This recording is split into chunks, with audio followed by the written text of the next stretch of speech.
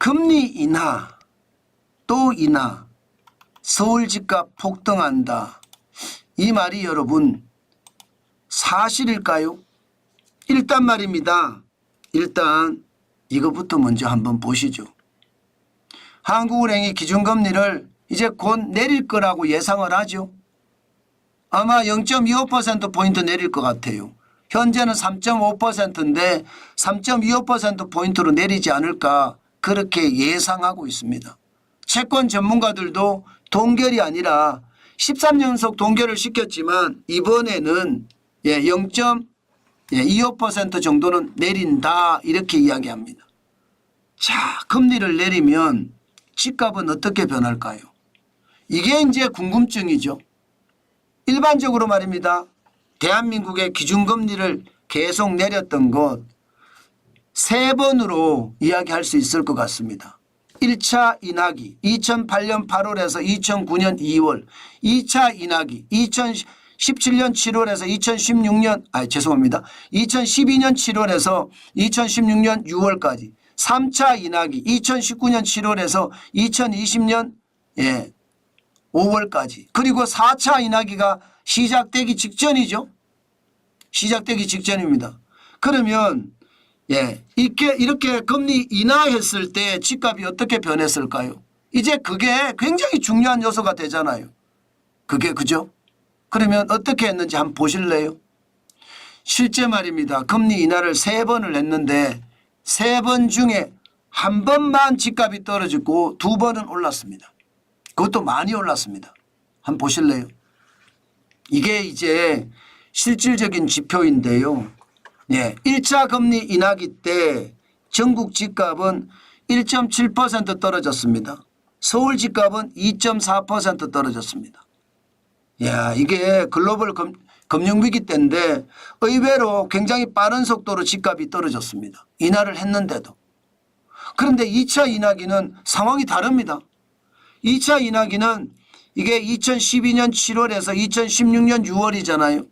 2012년 7월이라는 게 남유럽의 재정위기가 끝난 후 이야기잖아요. 그때부터 금리 인하를 시작을 하는데 여러분 보시다시피 전국 집값은 6.8% 올라갔습니다. 6.8%. 물론 시간이 길어요. 2012년 7월에 시작을 했으니까 2013년 7월, 2014년 7월, 2015년 7월, 2016년 7월 4년 동안이니까 기간이 길기 때문에 많이 올랐다 이렇게 이야기하시는 분도 있습니다. 그러나 금리 인하기에 분명히 전국 집값이 6.8% 올라갔습니다. 여기에 서울 집값은 3.1%가 올라갔고요. 서울 집값은. 3차 금리 인하기에는요. 전국 집값은 2.3% 올라갔어요. 그것도 올라갔습니다. 3차 금리 인하기가 2019년 7월에서 2020년 5월까지거든요. 2.3% 올랐습니다. 그런데 서울 집값은 진짜 많이 올랐어요. 3.7%나 올랐습니다. 이때 집값이 난리가 났다 이렇게 이야기할 정도로 올라갔잖아요. 3.7%까지 올라갔으니까. 그러면 이제 4차 금리 인하기가 시작되기 시작 전입니다. 여러분 4차 금리 인하기가 이게 시작이 안 됐습니다. 여기에서 무슨 일이 일어날까요? 금리가 내리면 집값이 올라갈까요? 내려갈까요? 그래프상에서는 약간 올라가는 식으로 그려놨습니다. 이거는 그냥 그려놓은 거다 이것만 생각하시고 이게 제가 의도적으로 그렸지 않다는 것은 말씀을 드릴게요.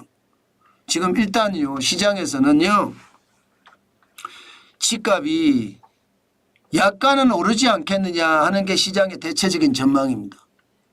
전국 집값도 약간 오르고 서울 집값도 약간 오르지 않겠느냐 이거 말입니다. 왜냐하면 집값이라는 게 탄성이 있거든요. 탄성. 무슨 탄성이 있느냐. 계속 지금 집값이 올라가는 중이에요. 상승폭이 2024년 8월 12일에는 0.32% 올라갈 정도로 많이 올라갔었거든요. 그죠? 게다가 이게 상승폭은 좀 줄였지만 지난주 9월 30일에도 0.10%가 올라갔다는 거. 이게 속도가 계속 붙어 있으니까 그 속도에 따라서 금리 인하를 하더라도 이게 확 내리지는 않을 거다. 이렇게 시장은 예측을 합니다. 게다가 말입니다. 지금 매물도 많이 쏟아지고 있는 상태잖아요. 서울 아파트 매물이 10월 3일에 83,781건입니다. 10월 3일 기준으로. 그런데 매물이 점점 늘어나고 있습니다. 1월에 73,929건이었는데 그때 대비하면 13.3%나 늘어났습니다. 9,852건. 팔겠다는 사람이 많다는잖아요.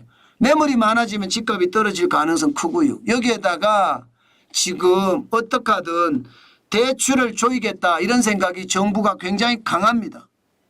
스트레스 DSR을 9월부터 도입을 해서 지금 가상금리를 수도권은 1.2%포인트를 붙였고요. 비수도권은 0.75%포인트를 붙이고 있습니다. 게다가 대출 자체를 굉장히 조이는 모양새예요. 그러면 어떻게 될까요?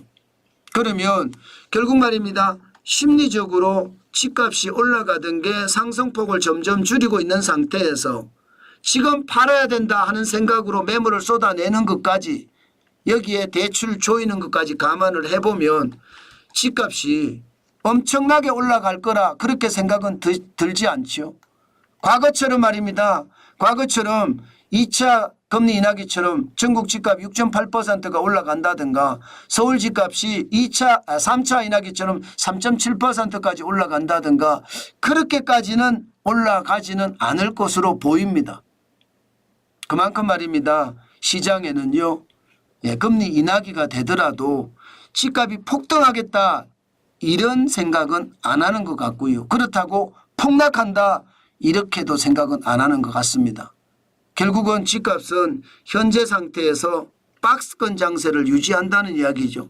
그러다가 공급이 어떻게 되느냐에 따라서 시장은 확 달라지겠다 이런 분위기 있는 태세 같습니다.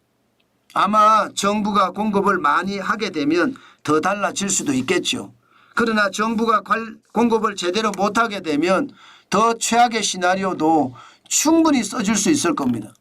윤석열 정부는 기본적으로 여러분도 알다시피 공급을 많이 하겠다.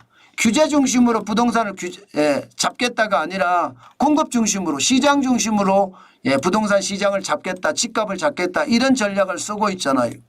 그렇기 때문에 좀 더 두고 봐야 되겠다. 그 말씀을 꼭 드려야 될 것 같고요.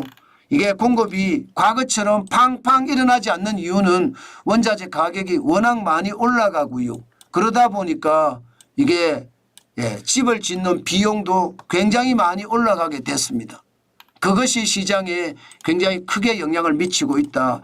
이렇게 생각하면 틀릴 것 같지는 않습니다. 일단 집에 대한 공급, 앞으로 공급이 어떻게 일어날 것인가 여기에 관심을 가지고 시장을 들여다보면 부동산 시장은 눈에 보이지 않을까 저는 그런 생각해 봅니다.